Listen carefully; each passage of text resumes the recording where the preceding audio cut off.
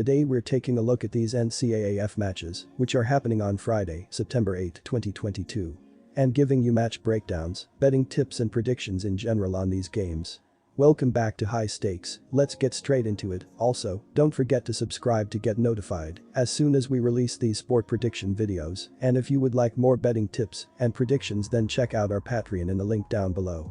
Our new Patreon is a way for us to help you improve your chances of making more money. Multiple plans are available for each and every one of you. You can get 30 extra betting picks all the way up to 360 extra betting picks per month. Stop wasting hours of your time searching for bad betting picks that ends up costing you a lot of money. Join the High Stakes Patreon now and get the best betting picks. Going back to our video, we will give you 2 betting picks for each game, a team pick and a total pick based on facts and detailed explanation. So make sure to watch our videos till the end so you don't miss any of our picks. Louisville vs UCF. Louisville RB Tyron Evans gained 89 yards on the ground and found Paydirt with a 36-yard touchdown run. Cunningham was limited to 152 yards through the air and was picked off twice. The UCF Knights are led by second-year head coach Gus Malzahn and are one of the favorites to win the American Athletic Conference. In their season opener, UCF raced out to a 21-point first-quarter lead and never looked back during a 56-10 home victory versus FCS South Carolina State. The Knights, 1-0, outgained the outmatched Bulldogs by a 691 margin. Ole Miss transfer QB John Rhys Plumlee shredded the South Carolina State secondary for 308 yards and 4 touchdowns. Isaiah Bauer contributed 83 yards rushing and 2 scores for the Knights.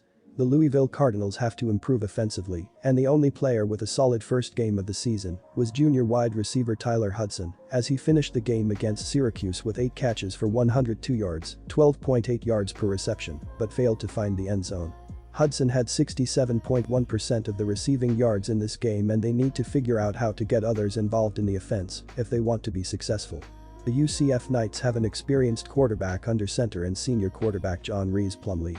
He had a great game as he was 20 of 31 for 308 yards with 4 touchdowns through the air and 15 carries for 86 yards, 5.7 yards per rushing attempt, and an additional rushing touchdown. He overshadowed senior running back Isaiah Boser as he carried the ball 23 times for 83 yards, 3.6 yards per attempt, with a pair of touchdowns as well as 3 receptions for 26 yards. If they can continue to be a great pair in the backfield, they will be in a great spot. Our team pick is UCF minus 6.5 points. The defense of the Louisville Cardinals needs to improve as they allowed 31 points on 449 total yards, 241 passing, 208 rushing. Their biggest inability was the fact they allowed Syracuse to run the ball for 5.2 yards per carry and hold the ball for 32-31 during the game as a result. They have to figure out how to get stops and fill up the tackle box if they want to win this game. The defense of the UCF Knights had a great game as they gave up 10 points on just 96 total yards of offense, 56 passing, 35 rushing.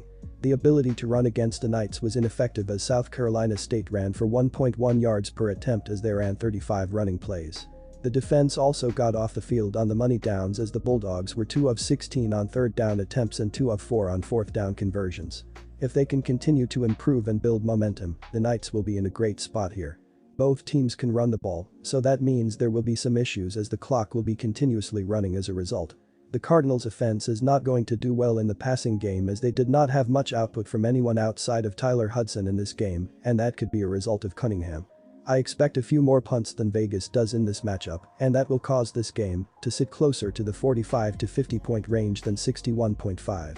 The under has hit in 5 of the last 6 September games for the Cardinals as well as in 6 of the previous 8 Knights games played on Friday, so go with under 61.5 points in this game. Boise State vs New Mexico. The Boise State Broncos come into this matchup with a record of 0-1 for this year. The last time they took the field, the Broncos took the field against the Oregon State Beavers and ended up losing by a score of 34-17. Talon Green went 19/28 with 155 yards passing. He had a quarterback rating of 107.2 and walked away from the game with 1 pick.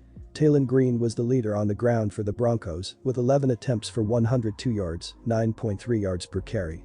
When all was said and done, they ran 67 plays which gave them 311 yards.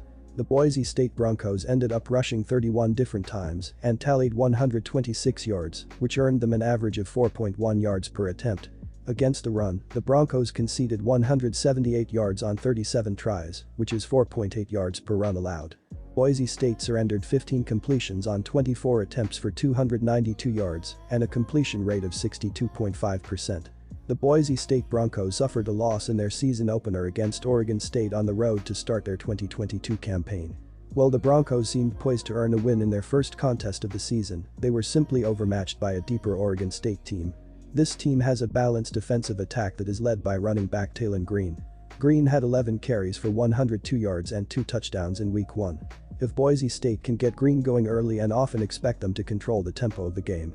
The big question mark with this team is their defense. After giving up 470 yards of offense in their season opener, this defense has some soul-searching to do. The Boise State Broncos will need to buckle down on defense if they want to earn their first victory of the season in New Mexico. The New Mexico Lobos got off to a very hot start to their 2022 season. They beat the Maine Black Bears 41-0 and registered over 400 yards of offense in the contest. While New Mexico isn't being looked at as a perennial powerhouse, they are sure to be happy with any dominating victory to start the year.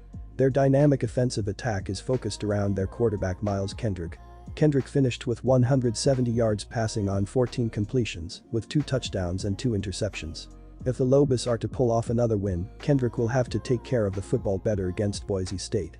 After allowing just 22 rushing yards against, this New Mexico defense will come into this Week 2 matchup with confidence. The major issue will be if they think that Boise is another Maine. If the Lobos can slow down the Broncos' offense early, they may walk out of this one with a 2-0 record.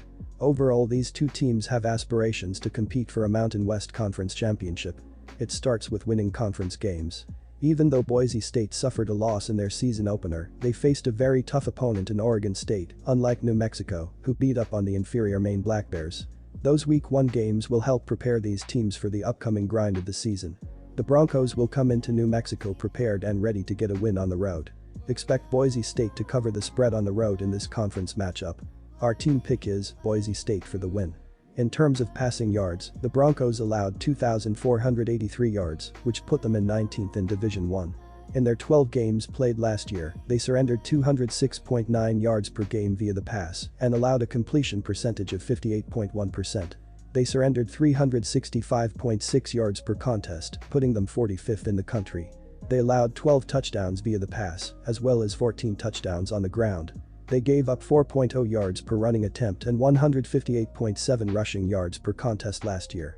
During the campaign, they gave up 1,904 rushing yards through 12 outings. The Broncos ranked 12th in college football regarding their opponent's scoring, conceding 19.0 ppg. The New Mexico Lobos held an average of 235.3 yards per outing, ranking them 130th in D1. Our total pick is under the total.